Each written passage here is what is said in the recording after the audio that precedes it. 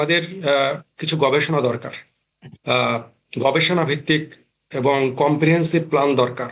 আমাদের যে কার্যক্রমগুলো হচ্ছে খুব স্ক্যাটার্ড। স্বরাষ্ট্র মন্ত্রণালয়ের আওতায় হচ্ছে, স্বাস্থ্য মন্ত্রণালয়ের আওতায় হচ্ছে মানসিক স্বাস্থ্যের বিষয়টি। তো এইটার সমন্বয় দরকার আছে। একটা প্ল্যাটফর্ম থেকে এই আহ, বিষয়টি দেখা উচিত। পাশাপাশি সক্ষমতা বৃদ্ধির প্রয়োজন আছে, রিহ্যাব সেন্টারগুলোর সক্ষমতা বৃদ্ধির প্রয়োজন আছে। মানসিক স্বাস্থ্য সেবা যারা দিচ্ছে তাদের সক্ষমতা বৃদ্ধির প্রয়োজন আছে, আইন প্রয়োগকারী সংস্থার সক্ষমতা বৃদ্ধির প্রয়োজন আছে।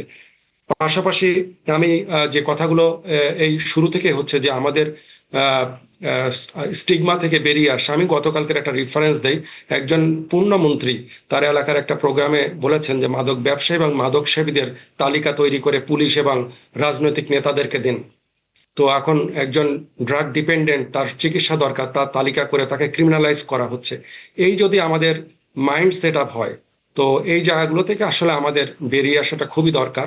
এই ক্রিমিনালাইজেশন এইটা আসলে কোনো সলিউশন না। আর আমি সব শেষ করব, আমি আরাফাতকে ধন্যবাদ দিতে চাই। সে অত্যন্ত সাহসী ছেলে, সে মিডিয়ার সামনে কথা বলেছে।